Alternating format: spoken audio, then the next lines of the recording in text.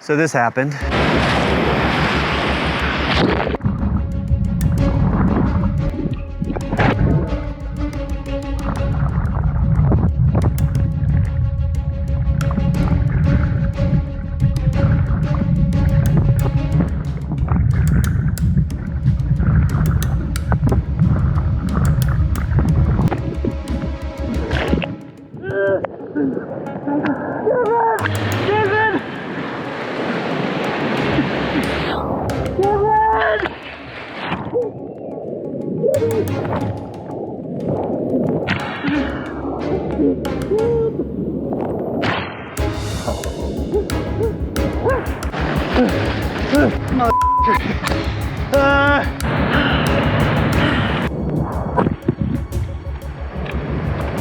A lot to talk about in this episode. Now, just to put this in perspective, this is how I started the day. Today, I want to use this time to talk about the midlife crisis that I'm kind of coming out of right at the moment. I haven't said anything in a while, but I figured this is a good time not only to talk about the science of it, but also to fill you in on what I've been going through and how I'm coming out the other side. All right, let's get started. A lot of this is all put in perspective a little bit more because of what happened. I'll fill you in a little bit more on that at the end. Now, I do want to talk about midlife crises. In fact, I've been trying to talk about this all week. Let me just start off and let you know, I feel like I've had major burnout. At the end, you can help me out. And the reason I want to talk about this is it is something I have been going through for the last 6 months or so, leading up to my 40th birthday. And I also think it might be something that some of you can relate to. Midlife crises are something that happen between about 40, 60, 65 in there. Oftentimes it's because you realize you have imminent mortality. You start to regret your life decisions. There's some depression maybe, anxiety, and often this is marked by a dramatic change in lifestyle. Stereotypically, you'd go out and get a big new sports car, you'd date a younger girl. I'm not doing any of those things, but it does make me reevaluate what I'm doing. So I am going to be making some big changes, not only with this channel, but in my life too, because I think what I'm going through is actually really important. It's allowing me to think about the important things in life. In some ways, I'm kind of happy I'm going through it earlier. I do want to make this little disclaimer. Having gone through the literature, not every psychologist believes that a midlife crisis is even a thing. Obviously, in popular culture, people talk about it a lot. That's what I've been telling my friends I've been going through for a long time. Some of them definitely said, that's exactly what you're going through. Some people said, no, you're way too young for that. I think I'm right within the range of what the literature says. Plus, it's the best way I can describe what I'm feeling at the moment. One of the reasons psychologists often say midlife crises are not a thing across all human beings is that not every culture in the world experiences at this midlife time this what we would call a midlife crisis. For example, if you look in Eastern cultures, and they did this in Japan and India, people in mid-age don't experience the same things we do here in the West. So the idea is that maybe this midlife crisis that we are calling it here in the West is cultural and probably triggered by this culture of youth that we have. Now, I see that all the time. Maybe you've experienced this too if you look on social media. Some of the most popular people are not our elders.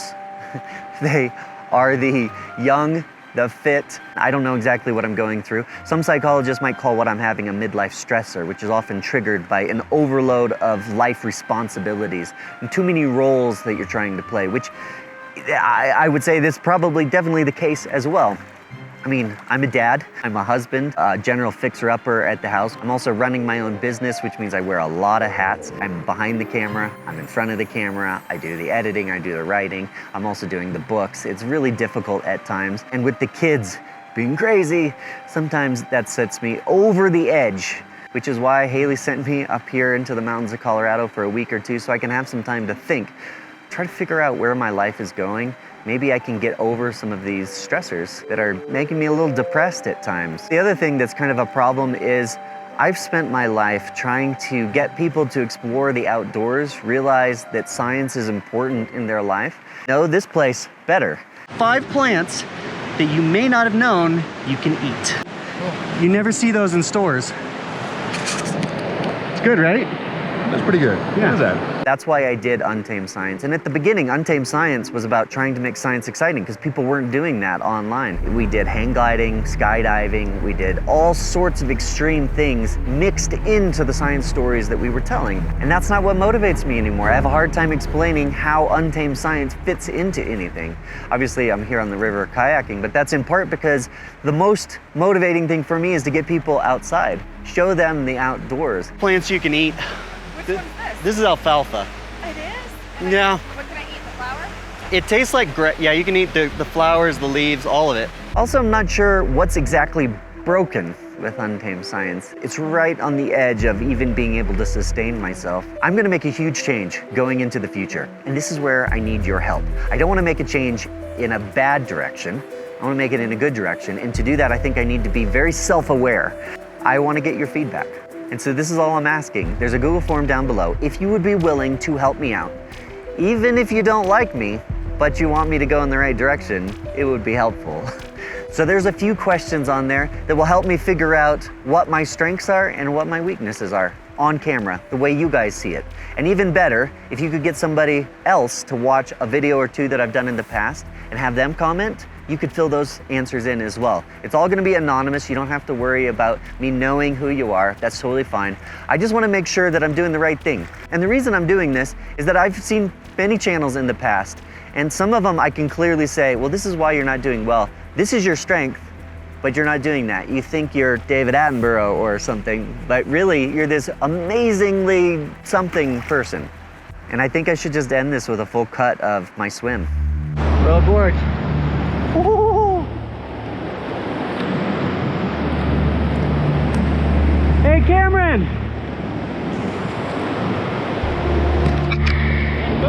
No, the bridge!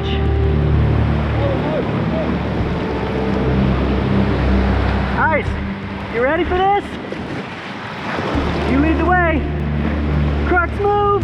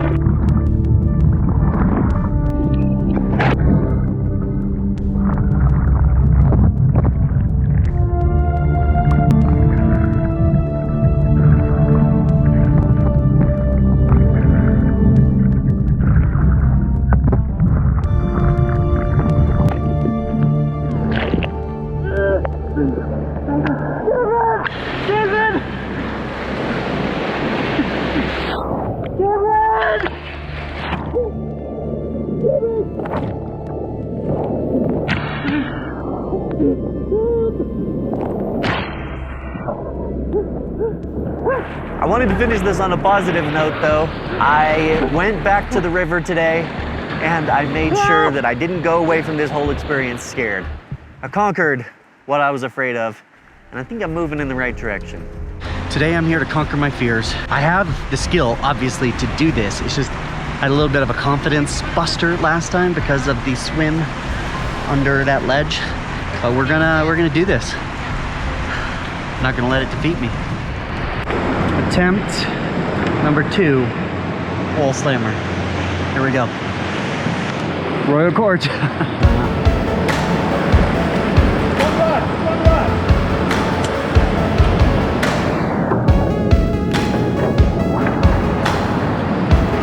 Ready?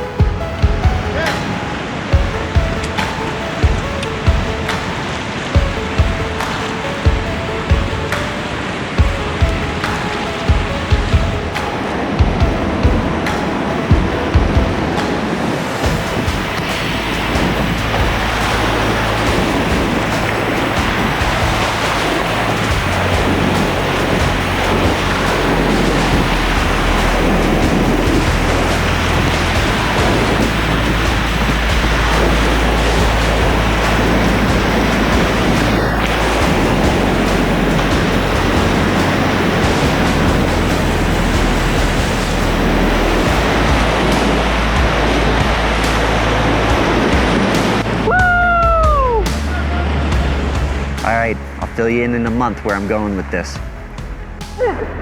Where'd it go? My shoe! Get the shoe! Get it! It's right there! Yes! Yes! I did not have to buy new shoes!